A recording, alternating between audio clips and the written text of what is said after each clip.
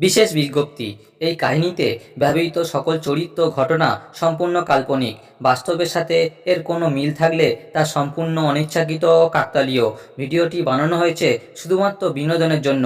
কোনো ধর্ম, বর্ণ বা জাতিকে আঘাত করা আমাদের উদ্দেশ্য নয় এবং এই ভিডিওটির বিষয়বস্তু ছোট বড় সকল বয়সীদের জন্য। এটা মিরপুর গ্রাম। এই গ্রামের সমস্ত লোকেরা সন্ধ্যের আগেই তাদের সমস্ত কাজ ছেড়ে বাড়ি ফিরে আসে। তার কারণ রাত হলেই এক মানুষকে শাঁকচুন্নি ঘুরে বেড়ায়, যাকে সামনে পায় তাকেই তুলে নিয়ে যায়।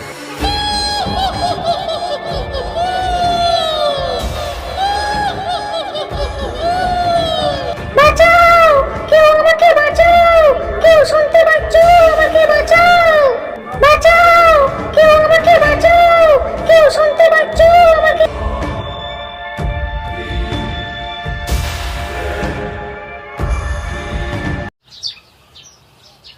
পরের দিন সকালে গ্রামের চারিপাশে কথা ছড়িয়ে যায় যে কাল রাতে ডাইনি একজনকে তুলে নিয়ে গেছে।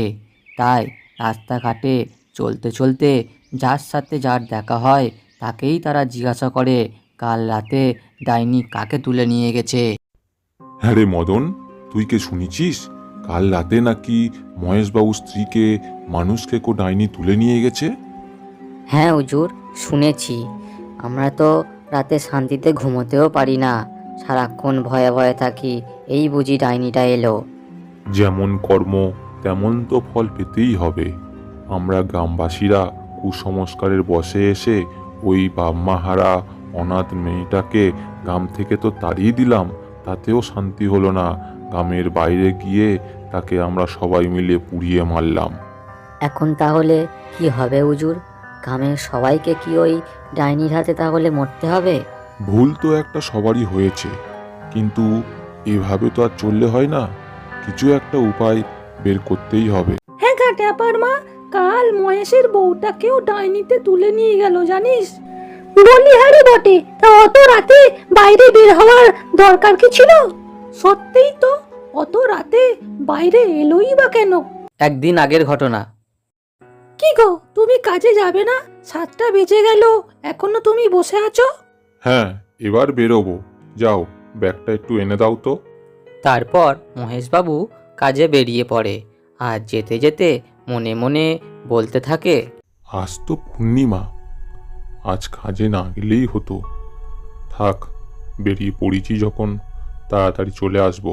পূর্ণিমার রাতে শাঁকচুন্নির উৎপাত বেশি থাকে বলে এই গ্রামের 2-1 জন ছাড়া কেউ বেরই হয় না। মহেশবাবুর মতন আজ মদনও বেরিয়েছে জঙ্গল থেকে কাঠ কাটতে, কিন্তু সে তাড়াতাড়ি কাঠ কেটে বাড়ি ফিরে আসে। কিন্তু মহেশবাবুর বাড়ি ফিরতে সন্ধে হয়ে যায়। তাড়াতাড়ি চলে আসো বলে আর হলো না, সেই দেরিই হয়ে গেল। যাই, তাড়াতাড়ি বাড়ির দিকে যাই। 8টা বেজে গেল, পূজার বাবা এখনো এলো না। এত দেরি তো সে কোনো সময় করে না। এই কথা বলতে না বলতে পূজার বাবা চলে আসে। এই তো চলে এসেছে। আমার আজ খুব চিন্তা হচ্ছিল, আজ পূর্ণিমা, তার জন্য আরো বেশি চিন্তা হচ্ছিল।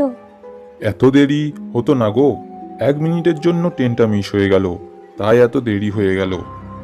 তারপর রাতের খাওয়া সেরে মহেশবাবু পাশের ঘরে ঘুমোতে চলে যায় আর মহেশবাবুর বউ আর মেয়ে এই ঘরে ঘুমিয়ে পড়ে।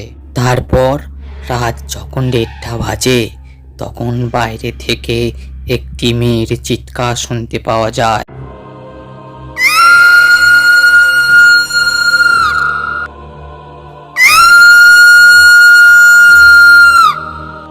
বাইরে থেকে একটা চিৎকার শোনা যাচ্ছে মনে হলো, গিয়ে একবার দেখি তো। এই বলে বাইরে বেরিয়ে এদিক ওদিক দেখতে থাকে, কিন্তু কিছুই দেখতে পায় না।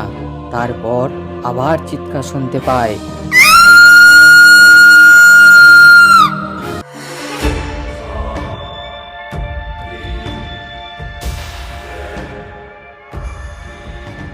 চিৎকারটা কোথা থেকে আসছে কিছু বুঝতে না পেরে চারিদিকে ঘুরে দেখতে থাকে।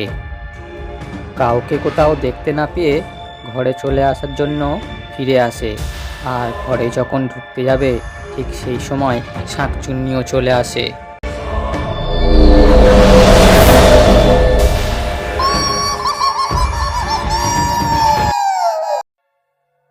ভিডিওটি তোমাদের কেমন লাগলো কমেন্টে জানিও। আর যদি ভালো লেগে থাকে তাহলে একটা লাইক করে দিও এবং এরপরে কি ঘটলো আর শাকচুন্নির হাত থেকে গ্রামবাসীরা কীভাবে মুক্তি পেল জানার জন্য চ্যানেলটা সাবস্ক্রাইব করে রাখো। তাহলে যখনই ভিডিওটি আসবে সবার আগে তোমাদের কাছে নোটিফিকেশান চলে যাবে।